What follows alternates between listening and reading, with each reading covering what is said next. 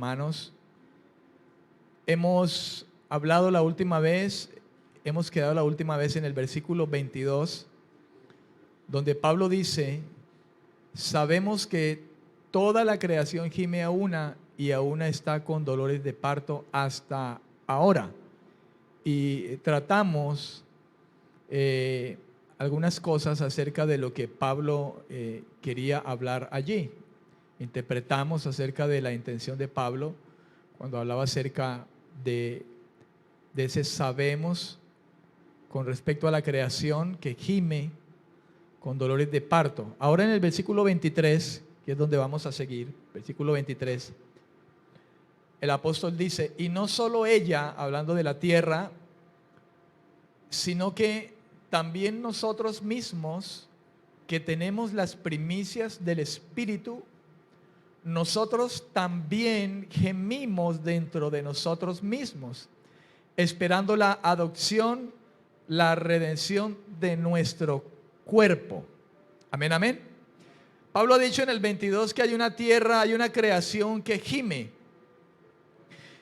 Y dice, y lo compara con la mujer que está con dolores de parto, que está a punto de tener a su hijo. Así lo compara el apóstol. Y qué interesante que en el versículo 23 Pablo diga que no solo la creación lo hace, sino que también nosotros mismos lo hacemos, como la tierra misma lo hace. Hablábamos hace 8 días de que la tierra, por causa del pecado del hombre, había entrado en maldición, y había entrado en eso porque el mismo Señor la había sujetado a vanidad por causa de nuestro pecado. Y es interesante que la tierra misma gima, y diga Pablo aquí que nosotros mismos también gemimos. La tierra llegó a esa maldición por causa del hombre. Hay una conexión, de alguna manera, por así decirlo, entre el hecho de que nosotros hayamos pecado y la tierra, ¿verdad? Y parece que esa misma conexión estuviera presente, de acuerdo quizá a las palabras que Pablo habla aquí. Dice: y no solo la tierra gime, sino que nosotros también, dentro de nosotros mismos, que tenemos las primicias del Espíritu, también gemimos. Es interesante, amado, esto. De ahí que nosotros podemos comprender que la restauración es de todas las cosas, y no solamente de nosotros como hijos, como hombres que pecamos en el principio, y que ahora el Señor viene a restaurar. No solamente nosotros, sino que toda una creación. Dios viene a restaurar todas las cosas, hacerlo todo nuevo, hermano, completamente nuevo. ¿Cuál fue su propósito desde el comienzo? Ha sido desde la eternidad. Por un lado, los creyentes ya estamos adoptados como hijos de Dios. Ya somos hombres y mujeres que por la gracia de Dios, que por medio de la fe en Jesucristo, hemos sido tomados, adoptados. Hemos hablado ya acerca de ese término en días anteriores, como hijos de Dios. Y el Espíritu Santo es quien nos hace conscientes de eso, del hecho de que somos verdaderamente hijos de Dios. Y pudiéramos irnos un poco atrás en el versículo 16, donde dice que el Espíritu mismo, dice Pablo, es el que da testimonio a nuestro espíritu de que somos hijos de Dios. Es por el Espíritu Santo. Él mismo da testimonio, da convicción a nosotros de lo que somos realmente en el Señor. Eso por un lado. Pero por otro lado, los creyentes seguimos esperando la manifestación visible de esa cualidad de hijos. Fíjense que ya somos hijos. Hay alguien que nos hace conscientes de esto, y es el Espíritu mismo de Dios que Él nos ha dado a nosotros. Dentro de nosotros mismos nos da ese hecho o esa conciencia de lo que somos, pero aún seguimos esperando la manifestación visible de esa cualidad que Dios nos ha dado a nosotros. y pudiéramos recordar versículo 18 donde Pablo dice: tengo por cierto que las aflicciones del tiempo presente no son comparables con la gloria venidera que en nosotros ha de manifestarse. Pablo sabe quién es un hijo de Dios, pero él habla de algo que aún está por manifestarse, que viene a ser algo pleno en nosotros. El Espíritu Santo es la garantía que tenemos de parte del Padre y por medio del cual nosotros tenemos esa paternidad, somos conscientes de esa paternidad. El Espíritu mismo nos hace saber dentro de nuestro espíritu que eso somos. No obstante, hay algo aún por venir. Y creo que si usted recuerda Efesios, vayamos un poco adelante a Efesios capítulo 1.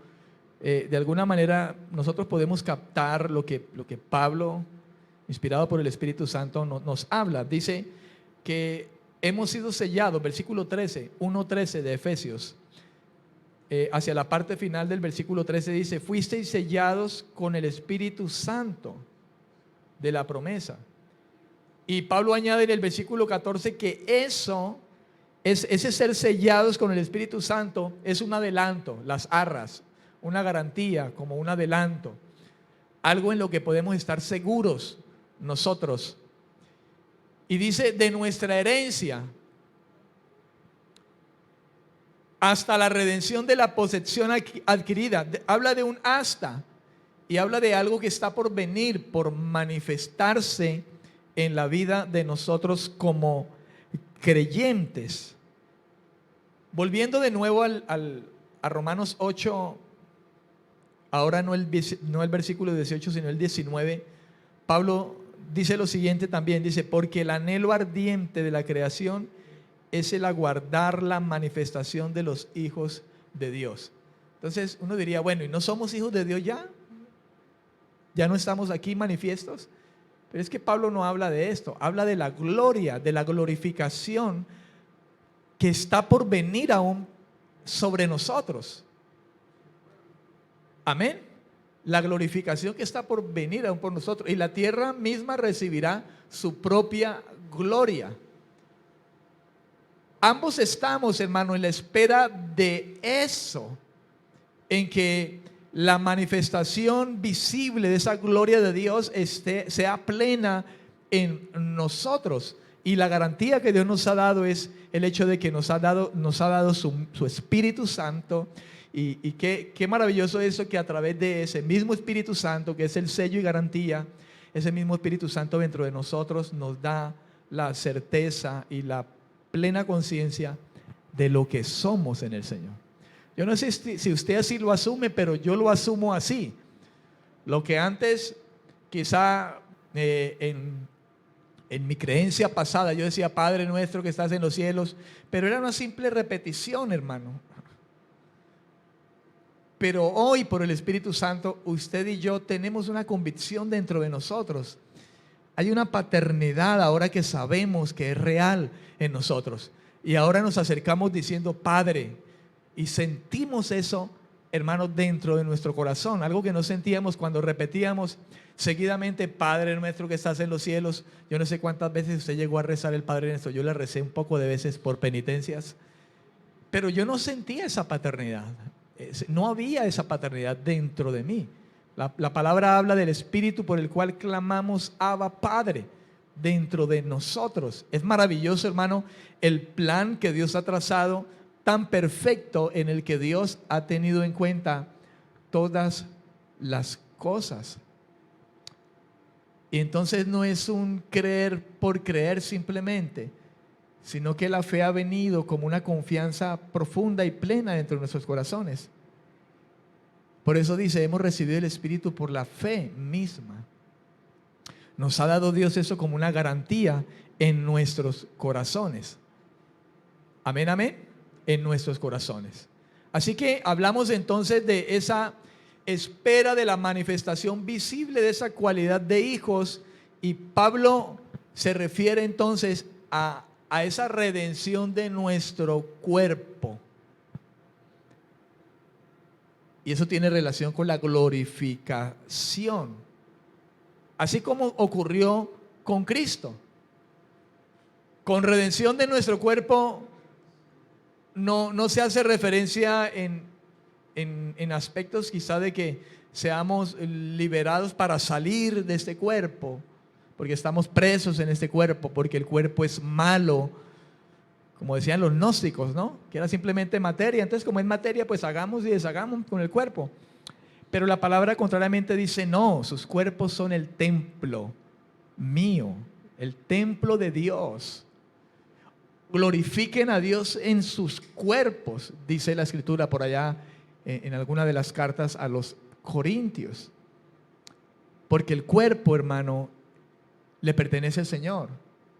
La Biblia habla diciendo acerca de nuestro ser completo, dice, y todo nuestro ser, espíritu, alma y cuerpo sean guardados irreprensibles. El hecho de que ese cuerpo se va a volver polvo, va a deshacerse, no quiere decir por eso entonces que podemos tratar el cuerpo como sea. Debemos honrar a Dios con nuestros cuerpos, con nuestros miembros. Porque si lo unimos, en Corintios Pablo habla acerca de unirse a la ramera, dice, te haces uno solo con él, con ella. Y Dios es celoso en cuanto a esto. De modo que hablar de redención, hablar de esta manifestación visible, de esa cualidad como hijos, hace referencia a la redención de nuestros cuerpos. No al hecho de salir del cuerpo, sino que el cuerpo débil, este cuerpo mortal, que Pablo dice inclusive que mientras este cuerpo se va debilitando, envejeciendo, no obstante el interior, el hombre interior se va fortaleciendo. Hablando de ese cuerpo, hermano, nuestros cuerpos será o bien resucitado o será transformado. Eso es lo que enseña la Escritura. Y Pablo, coloque una marca ahí en Romanos 8 y volvamos a Corintios capítulo 15, 1 Corintios capítulo 15, más adelante.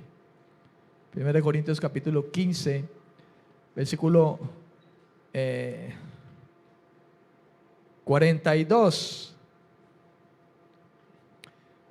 A ver, leamos eso desde dónde. Desde el versículo 39, leamos desde allí. 1 Corintios 15, 39. Lo que Pablo viene hablando acerca de este tema. Dice, no toda carne es la misma carne, sino que una carne es la de los hombres, otra carne la de las bestias, otra la de los peces y otra la de las aves. Versículo 40, hay cuerpos celestiales y cuerpos terrenales, pero una es la hermosura de los celestiales y otra la de los terrenales. Versículo 41, uno es el resplandor del sol, otro el de la luna y otro el de las estrellas. Pues una estrella es diferente de otra en resplandor. Versículo 42. Así también sucede con la resurrección de los muertos. Se siembra en corrupción, resucita en incorrupción. Corrupción porque este cuerpo va a corromperse, va a podrirse. Los gusanos se lo van a comer. Amén. Versículo 43 dice, y se siembra en deshonra, resucitará en gloria. La glorificación. Se siembra en debilidad, resucitará en poder. Se siembra cuerpo animal, resucitará cuerpo espiritual. Hay cuerpo animal y hay cuerpo espiritual. Entonces, a eso, de alguna manera, Pablo se está refiriendo cuando habla acerca de esa nuestra redención, de nuestro cuerpo. En ese mismo capítulo 15, más adelante del 51 al 54, Pablo dice, os digo un misterio, no todos moriremos, pero todos seremos transformados. En un momento, en un abrir y cerrar de ojos, a la final trompeta, porque se tocará la trompeta y los muertos serán resucitados incorruptibles y nosotros seremos transformados. Entonces, fíjese que allí está lo que le he acabado de decir. O bien nuestro cuerpo, este cuerpo débil, mortal, será resucitado, o bien será transformado. Por eso dice, los muertos serán resucitados incorruptibles, ¿verdad? En la resurrección. Y nosotros seremos transformados. Pablo habla de nosotros asumiendo de que estando vivo, Dios va a transformar este cuerpo que no está corrompido, ¿no? Porque estamos vivos.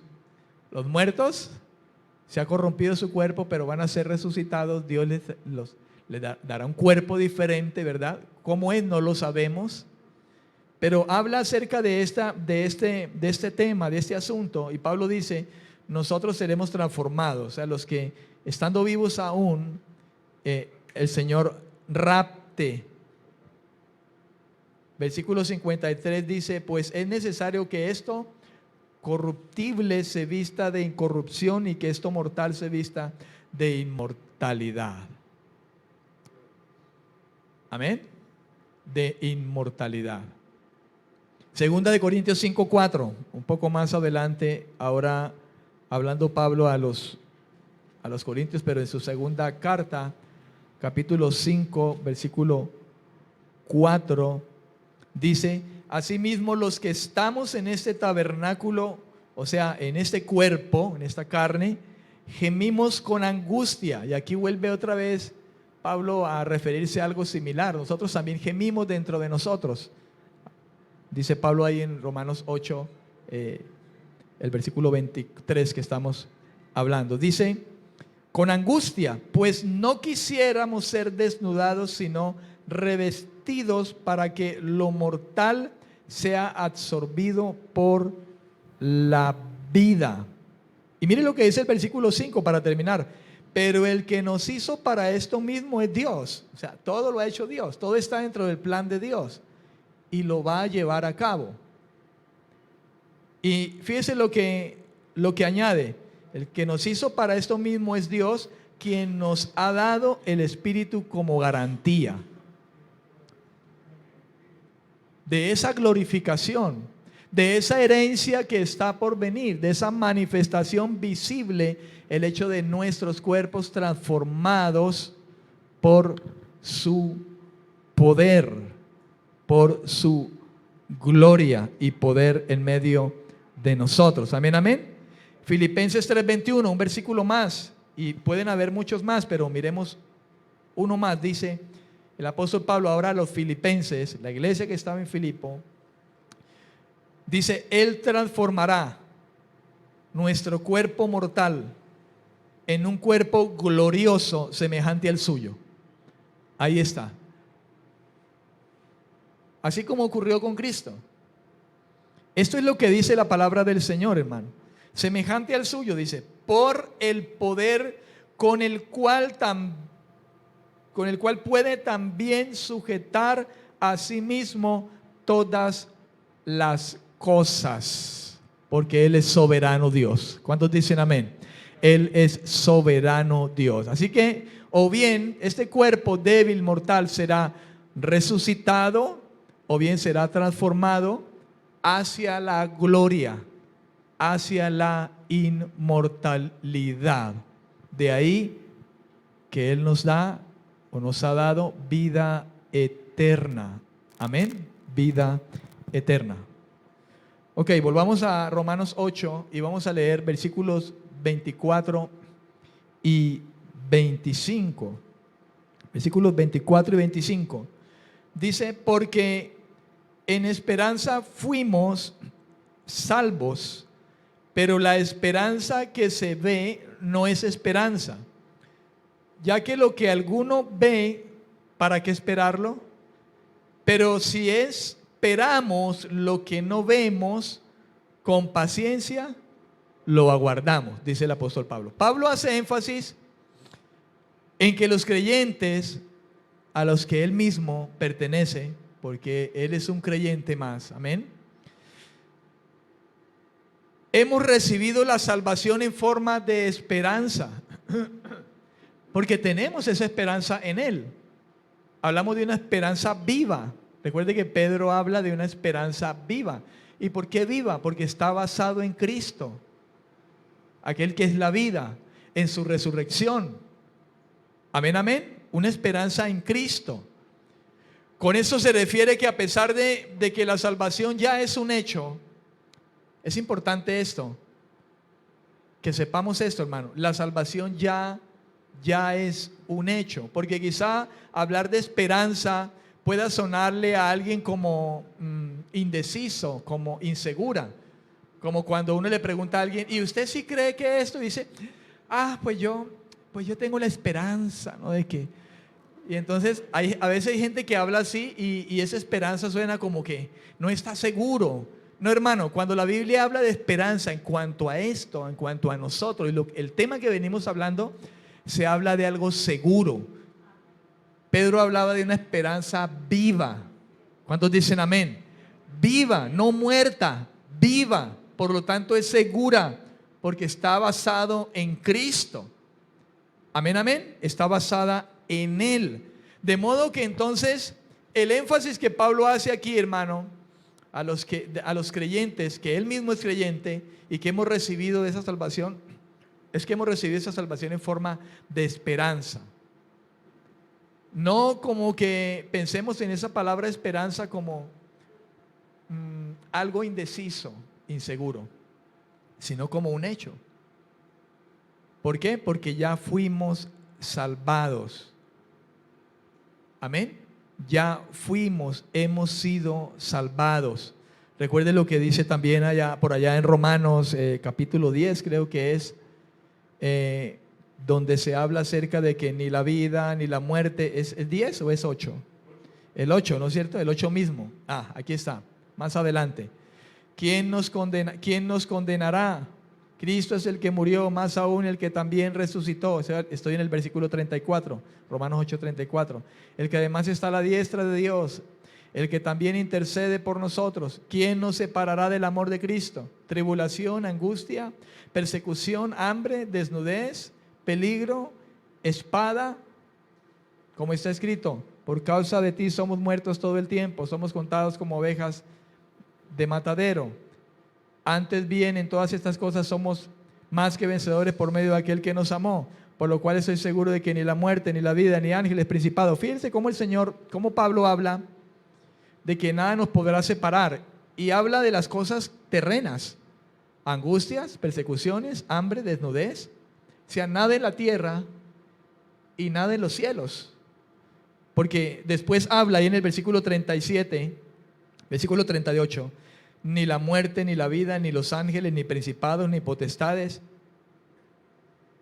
Y dice, ninguna cosa creada, nada de aquí en la tierra, nada allá en los cielos, nos podrá separar del amor de Dios que es en Cristo Jesús. ¿Cuántos dicen amén? Nada nos podrá, ninguna cosa creada nos podrá separar del amor de Dios que es en Cristo Jesús, Señor nuestro. Por eso tenemos una esperanza firme, porque ya fuimos salvados. Por tanto, ¿se pierde la salvación? No. Estamos seguros. Es una esperanza viva. Bueno, busquemos a Pedro, leamos a Pedro. No la tengo aquí anotada, pero busquemos a Pedro, donde habla acerca de esa esperanza. Primera de Pedro capítulo 1, versículo 3. Vamos a leer en adelante. Primera de Pedro 1:3. Ahora es Pedro el que habla. Y Pedro dice, bendito el Dios y Padre de nuestro Señor Jesucristo, que según su gran misericordia, escuche lo que dice, según su gran misericordia, la de Él, nos hizo renacer para una esperanza viva. Nos hizo, Él lo hizo, no es algo de nosotros. Para una esperanza viva, esperanza viva. ¿Por qué? Porque se funda en la resurrección de Jesucristo, principio de una nueva vida para los creyentes. Dice versículo 3, por la resurrección de Jesucristo de los muertos, para una herencia incorruptible, incontaminada, inmarchetable, reservada. Hay reservación allá, hermano. Amén. En los cielos. Él dijo, yo voy a prepararle lugar. Amén. En los cielos, ¿Para quién? Para vosotros. Versículo 5, fíjese lo que dice, que sois guardados por el poder de Dios mediante la fe. Aleluya, mediante la fe, para alcanzar la salvación. ¿Cómo así? ¿Es que no la hemos alcanzado? No, hermano. Estamos hablando de lo que ya está preparado, de lo que el Señor ya fue a preparar allá. Ya la tenemos. Esa esperanza es viva, está basada en la resurrección de Cristo. Si no fuera así, seríamos nosotros los más dignos de lástima, pero no lo somos porque Cristo resucitó de entre los muertos. ¿Cuántos dicen amén? Por eso está segura esa esperanza en nosotros, en nuestras vidas. Hay una seguridad.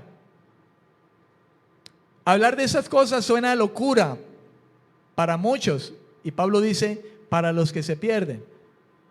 Pero nosotros tenemos convicción, hermano, por el Espíritu que nos ha sido dado en nuestros corazones, y que nos da esa seguridad, de esa esperanza, de lo que somos, testimonio de lo que somos. El Espíritu es dado por Dios, Dios lo dio, nadie más, Él lo dio, y es un sello de Dios. Dios ha puesto el sello, por decirlo de alguna manera. Pensemos en eso, cuando se pone un sello, ¿verdad? Y es propiedad. Efesios lo habla, las arras. Él nos ha dado el Espíritu Santo como un sello y un adelanto y una garantía. Amén. Cristo es garante de ese nuevo pacto. Él es nuestra garantía. Amén, amén. Por eso estamos seguros en eso. Gloria al Señor. Cuando se habla en el Nuevo Testamento de las nociones de esperanza, usted y yo como hijos de Dios, hermano, tenemos que tener la seguridad. La seguridad. La seguridad de eso que Él nos ha concedido. Y la confianza firme de que lo que se espera efectivamente ocurrirá. Pablo hablaba acerca del Señor diciendo, Dios verás todo hombre mentiroso. Las escrituras dicen, hablando de, creo que está en Números, dice, Dios no es hombre para mentir, ni hijo de hombre para arrepentirse. Él cumplirá con su promesa de glorificación futura para nosotros. Amén. Es cierto que la esperanza aún no es visible, pero no por ello es menos segura. Amén. Recuerde que el Señor Jesús dijo un día, bienaventurado el que sin ver ha creído. Dice, dichoso el que sin ver ha creído. Segunda de Corintios 4:18. Movamos la Biblia. Vamos a ver qué dice Pablo aquí refiriéndose a esto. Pablo dice, hablando del hecho de vivir en la fe o por la fe, viviendo por la fe, dice en el versículo 18, 2 Corintios 4, no mirando nosotros las cosas que se ven, sino las que no se ven. Pues las cosas que se ven son temporales, pero las cosas, las que no se ven, son eternas. Fíjese cómo Pablo nos insta, y en esta ocasión a los corintios, ahora a nosotros, porque toda la escritura fue inspirada por el Señor. Amén. Toda fue inspirada por el Señor. Y Pablo habla acerca, hermano, de esa esperanza firme que tenemos nosotros. Y de alguna manera lo que nos dice a nosotros aquí ahora como creyentes, a los corintios en aquel tiempo, que no miraran las cosas que se ven, hermano. Quizá pudiéramos pensar en las aflicciones, en los problemas, las dificultades. De hecho que Pablo, Romanos 8:18, ha hablado también acerca de eso. Que las aflicciones de este tiempo no son comparables con la gloria que se ha de manifestar en nosotros. De alguna manera Pablo está hablando de esa forma como habló a los corintios. No miren las cosas que se ven. Y precisamente las cosas que podemos ver no son muy buenas. Como cuando a veces dicen, pero es que yo no veo. Es que problemas, yo lo que veo son problemas, dificultades. Mucha gente ha llegado así al Señor, ¿sabe? Por problemas, dificultades y se les habla de un evangelio distinto al que el Señor mandó a que prediquemos. Y se les habla de un evangelio, venga, se le van a acabar los problemas, las dificultades. Cuando el Señor mismo dijo que en el mundo tendríamos aflicciones, hermano. Y entonces, ¿qué sería de Pablo? Que lo latigaron, 40 azotes menos uno, lo encarcelaron, naufragó. En una ocasión lo apedrearon y lo sacaron prácticamente muerto a las afueras de una ciudad. Quizá Dios lo resucitó, hermano, después de toda esa piedriza. Amén. Y lo dejaron fuera de la ciudad. No sabemos. Pablo sería entonces el primero que hablaría en contra de esas cosas, hermano.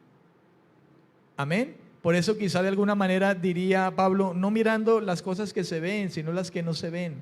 Las cosas que se ven son temporales. Todo lo que vemos es temporal. Las aflicciones son temporales. Pedro hablaba acerca de las aflicciones como que son cosas de las que no debemos de aterrarnos o extrañarnos, como si alguna cosa extraña sucediera. Porque de igual manera muchos hermanos en muchos lugares, dice, sufren las mismas cosas que ustedes están sufriendo. Pedro hablaba a los creyentes también acerca de eso. Contrariamente a esto, hermano, yo estoy hablando de esto y también he estado en aflicciones. Y estoy pasando aflicciones. Y naturalmente, como humano, llegan a suceder cosas dentro de nuestro ánimo. Pero gracias a Dios por el Espíritu Santo que está para aferrarnos en esta esperanza cada día.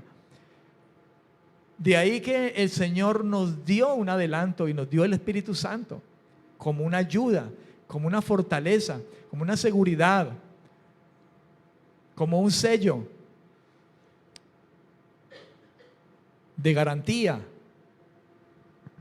El Espíritu Santo por el cual también nosotros mismos sabemos que somos hijos y que Él es nuestro Padre. Él es nuestro Padre. Hebreos 10 del 24 al 25. Hebreos capítulo 10, versículo 24 al 25. Dice, y considerémonos unos a otros para estimularnos al amor y a las buenas obras, no dejando de congregarnos como algunos tienen por costumbre, sino exhortándonos, y tanto más cuanto veis que aquel día se acerca. Dice el autor, veis, o sea, ustedes están viendo que el día se acerca. Y pensaríamos nosotros, hermano, en el hecho de que nosotros debemos de discernir los tiempos. Los hijos de Dios deben de discernir los tiempos. Las cosas que están ocurriendo alrededor.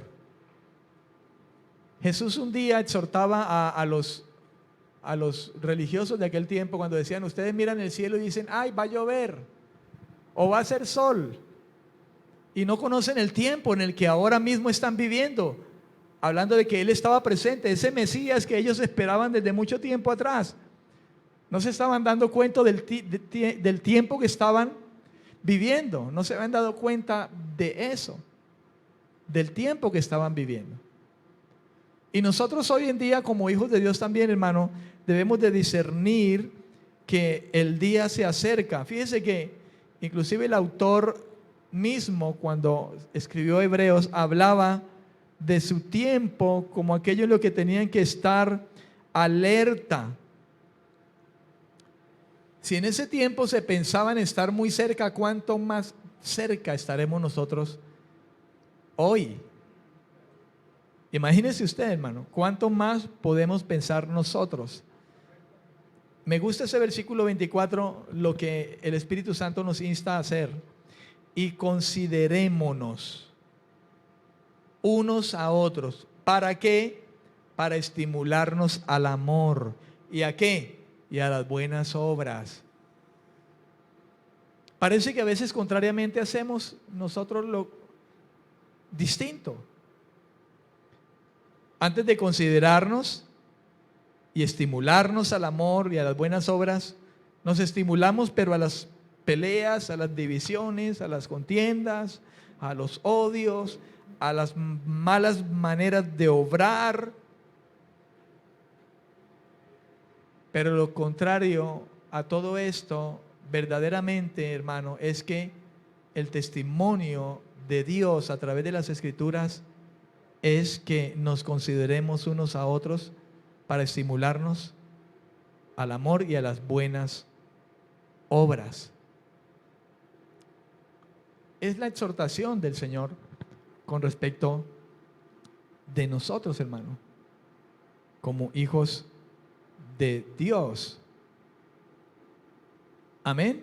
Fíjese todo lo que hemos abordado hablando de ese versículo 23.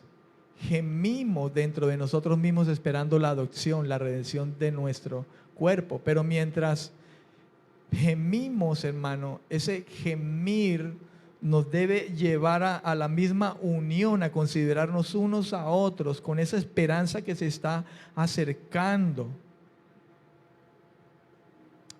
Ese gemir nos conlleva a esa esperanza, y esa esperanza nos debe conllevar a la unidad, a la santidad. El que tiene esa esperanza de llegar a verlo un día cara a cara, dice, se purifica a sí mismo, y purificarse a sí mismo tiene que ver o encierra estimularnos al amor y a las buenas obras, porque eso es santidad. Santo, santidad es puesto aparte. Nosotros somos aparte de la gente que no tiene esa esperanza en el Señor. Somos gente aparte. Y esa gente aparte se estimula al amor y a las buenas obras por causa de una esperanza que tiene en su corazón, y es una esperanza viva de ver la gloria de Dios una vez glorificado. Gemimos dentro de nosotros. ¿Por qué? Porque tenemos al Espíritu de Dios dentro de nosotros. Por eso gemimos, hermano. Amén, amén. Por eso gemimos dentro de nosotros mismos. Por esa esperanza que es segura. Versículo 26 dice, de igual manera, el Espíritu nos ayuda en nuestra debilidad. Pues, ¿qué hemos de pedir como conviene? No lo sabemos. Pero el Espíritu mismo intercede por nosotros con gemidos indecibles. Amén. La frase de igual manera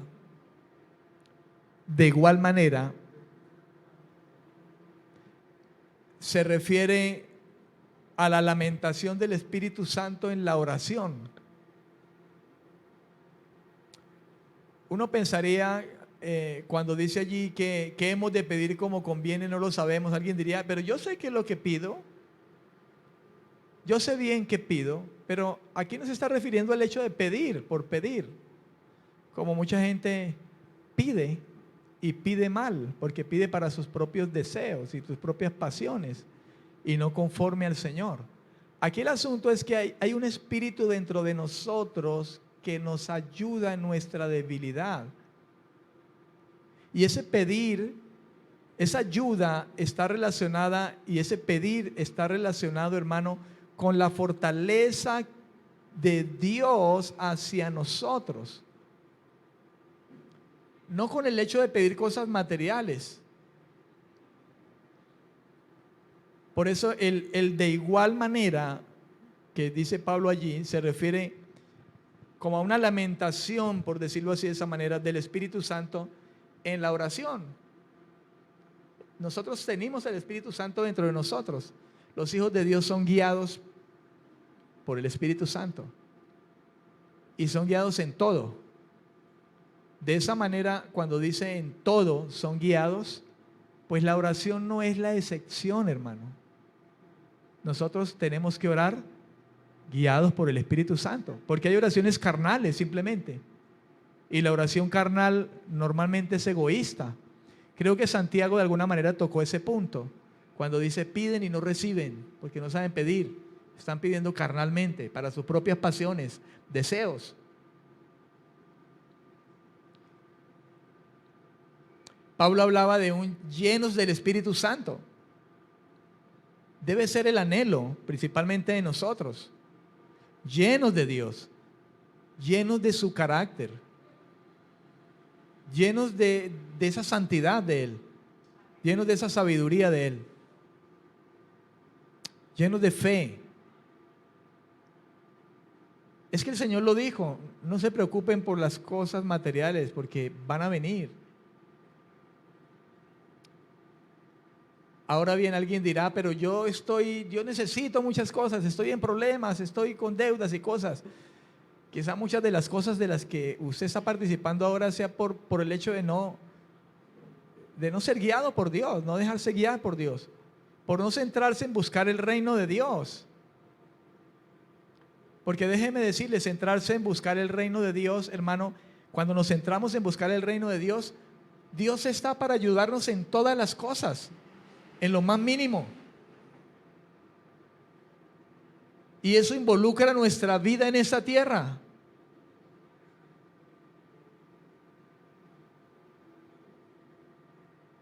Involucra nuestras relaciones. Involucra el manejo de nuestra economía.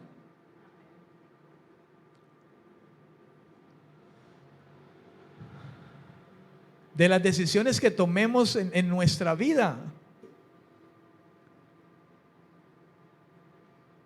Amén. Está relacionado con todo. Porque en la Biblia encontramos apartes donde Dios habla acerca de la conducta que debemos de tener afuera, con los jefes difíciles de soportar, en el trabajo, que no lo hagamos como al ojo, mientras nos ven trabajamos, mientras no. Hermano, tiene que ver con todo. Ahora que el Espíritu está en nosotros, tiene que ver con todo en nosotros. En primera instancia con una glorificación, con la gloria que nos espera, que ha de manifestarse. Esa herencia de la que habla Efesios ahí, capítulo 1, versículo 14. Pero también tiene que ver con nuestra vida aquí, en la tierra. Dios hizo las cosas bien hechas. Hay quienes solamente hablan de la espiritualidad solamente relacionada con las cuatro paredes del templo donde se reúnen para la iglesia y un ministerio y otro, pero afuera no es buen padre, no es buen hijo, no es buen administrador, no es buen trabajador, no es buen jefe, no es buen vecino, no es buen administrador de sus cosas. Si eso no estuviera involucrado, hermano, entonces, ¿dónde está la sabiduría de Dios? Dios pensó en todo, completamente. Amén, amén. En todo. El Espíritu Santo viene en ayuda de nuestra debilidad. Nos ayuda en nuestra flaqueza a llevar la carga. ¿Y qué es nuestra debilidad? Son las limitaciones humanas que nosotros aún tenemos todavía. Porque alguien pudiera decir, siendo un hijo de Dios ahora, un verdadero hijo de Dios que no tiene debilidades, aún estamos, hermano, en esta carne. Habla de las limitaciones humanas que aún como creyentes tenemos.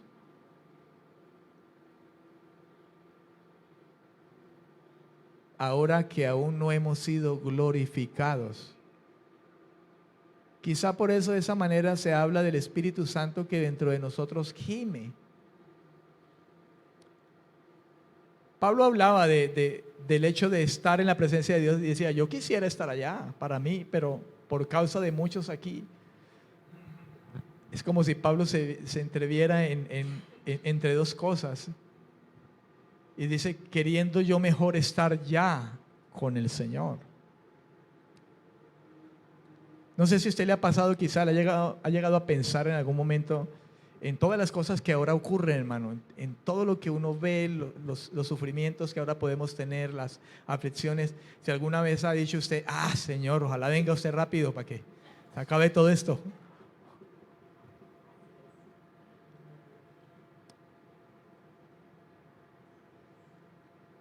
Amén.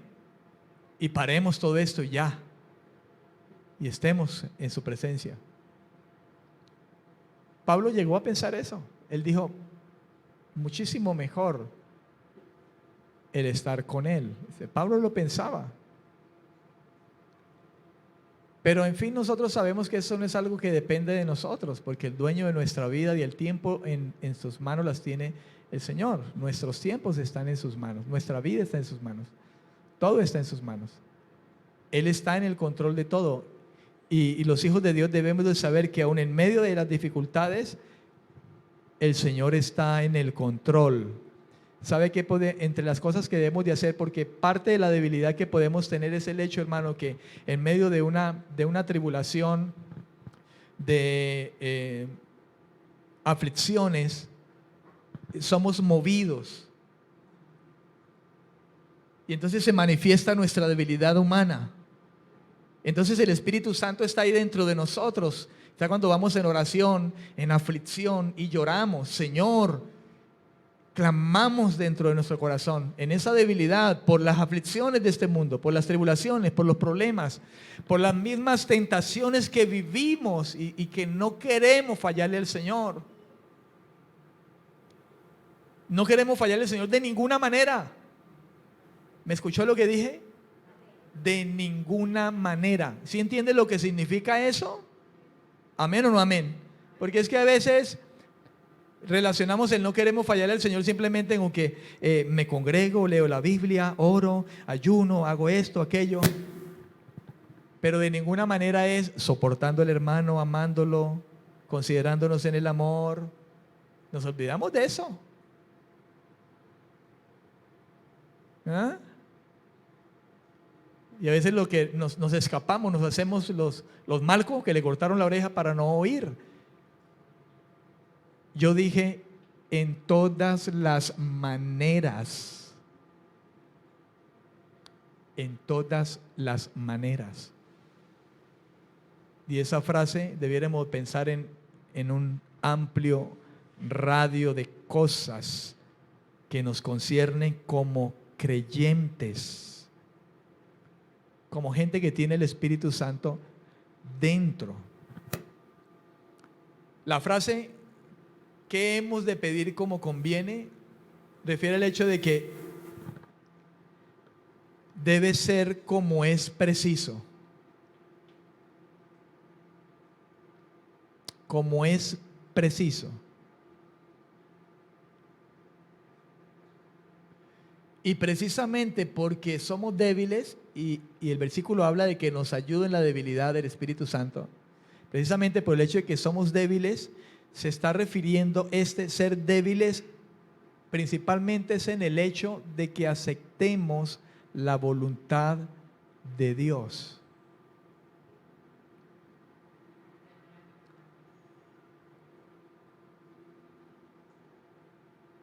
Amén.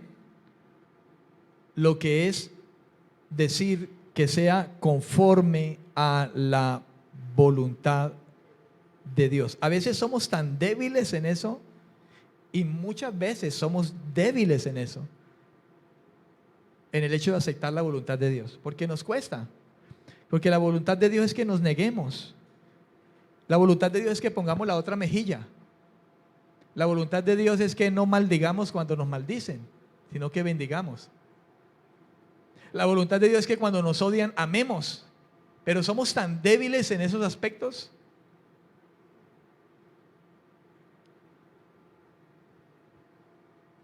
Porque eso hace parte de la voluntad de Dios. Y eso es hablar de lo que concierne a la voluntad de Dios. Versículo 27, Romanos 8, 27, dice, pero el que escudriña los corazones sabe cuál es la intención del Espíritu, y ese Espíritu es el Espíritu Santo. Porque conforme a la voluntad de Dios, el Espíritu Santo intercede por los santos.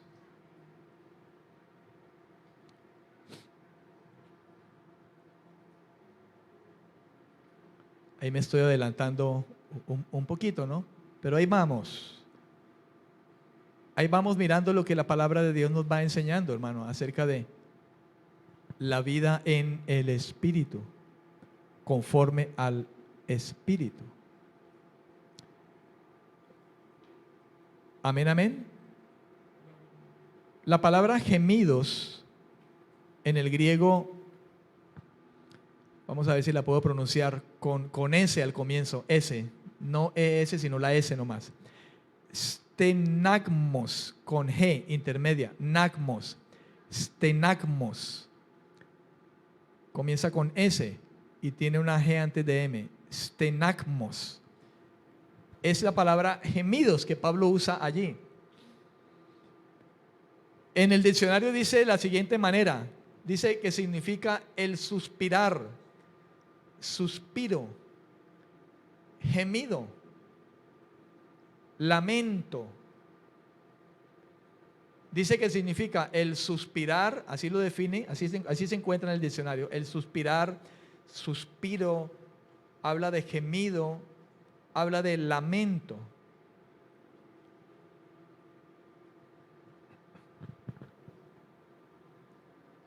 Amén.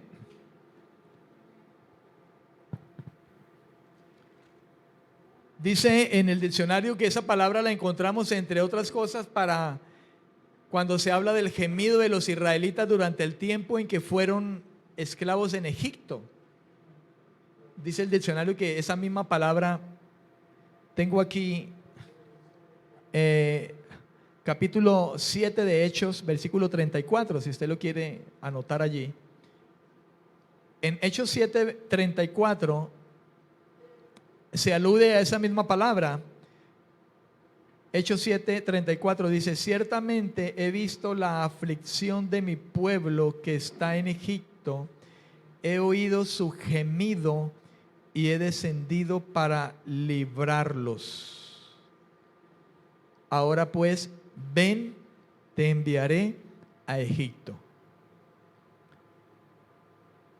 Uno se pregunta, los israelitas 400 años, 430 años o algo así, en Egipto, ¿no gemirían, hermano, tras ese tiempo de esclavitud y de maltratos y de todas esas cosas?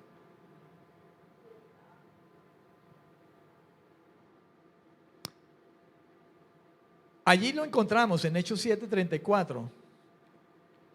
Dice el diccionario, el único otro lugar donde aparece la palabra en el Nuevo Testamento se refiere a los suspiros o gemidos indecibles o tácitos del Espíritu Santo. Indecibles es que no se pueden entender, comprender, por decirlo de esa manera. No se entienden. Se ha relacionado en muchas ocasiones hablar de los gemidos indecibles del Espíritu con el hablar en lenguas. De ahí que pudiéramos hablar de que cuando Pablo habla a los corintios de que mientras no haya quien interprete, mejor no hable en lenguas si alguien habla en lenguas. Háblelas para sí. Y el que habla en lenguas se edifica a sí mismo. Pero mientras no haya quien lo haga, quédese callado. Porque no hay quien entienda. Es indecible, por decirlo de esa manera.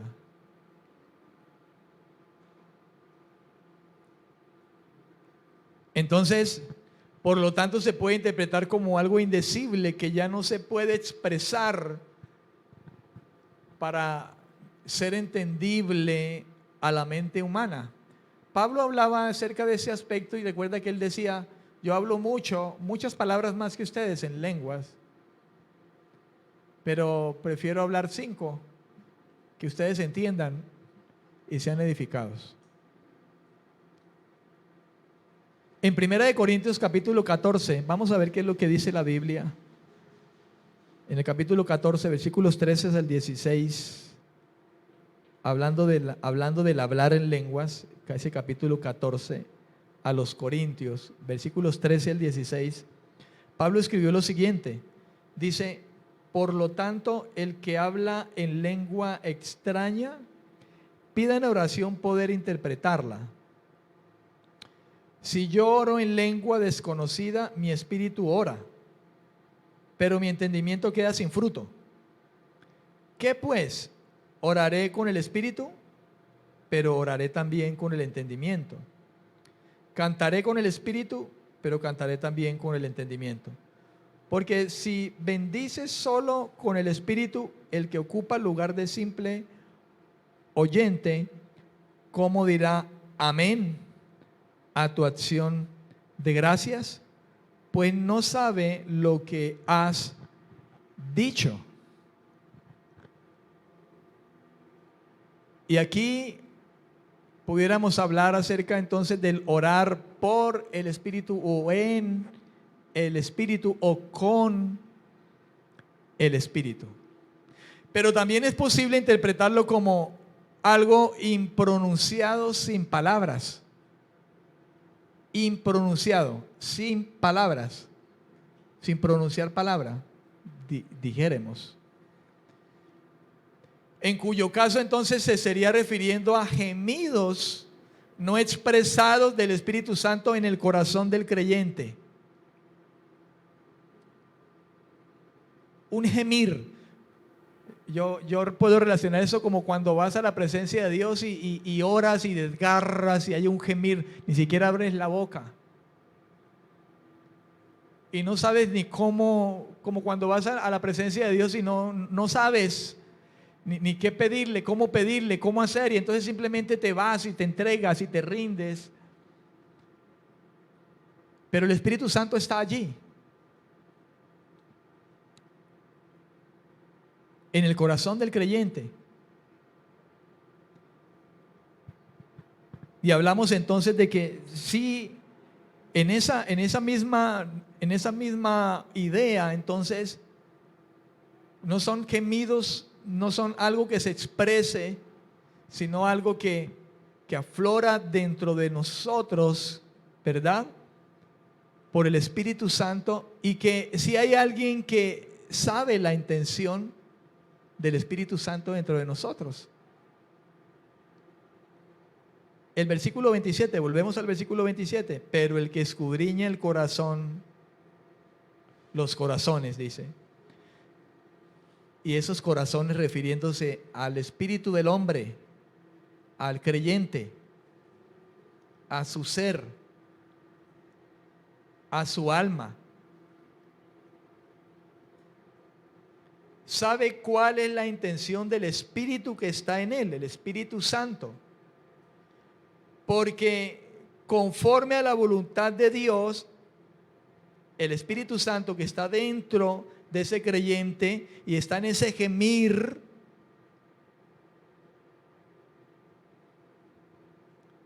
el Padre sabe cuál es la intención del Espíritu que está dentro de nosotros, intercediendo por nosotros.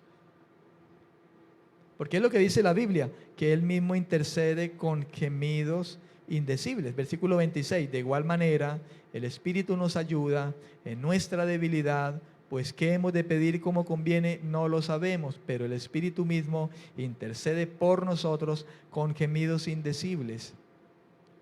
Estamos hablando de otra posible interpretación también, que quizá nos advierte en este versículo en algo relacionado a ello. Pero el que escudriña los corazones, este es el Señor. Dios conoce los corazones. Engañoso es el corazón de los hombres. ¿Quién lo conocerá? Yo, Jehová, dice el Señor. Por ahí en Jeremías creo que es. Ahora dice, el que escudriña los corazones, el Señor, nuestro Dios, Él sabe cuál es la intención del Espíritu que puso en nosotros.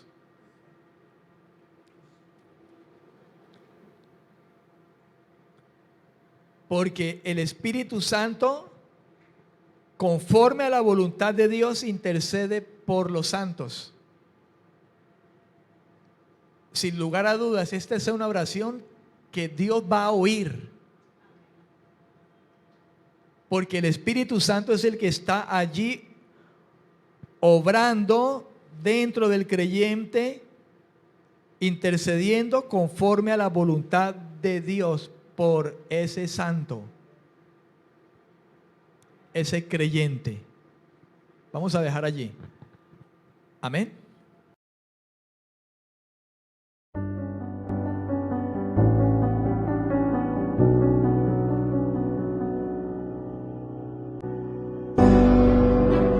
Él cumplirá su propósito y no hay alteración, porque Él es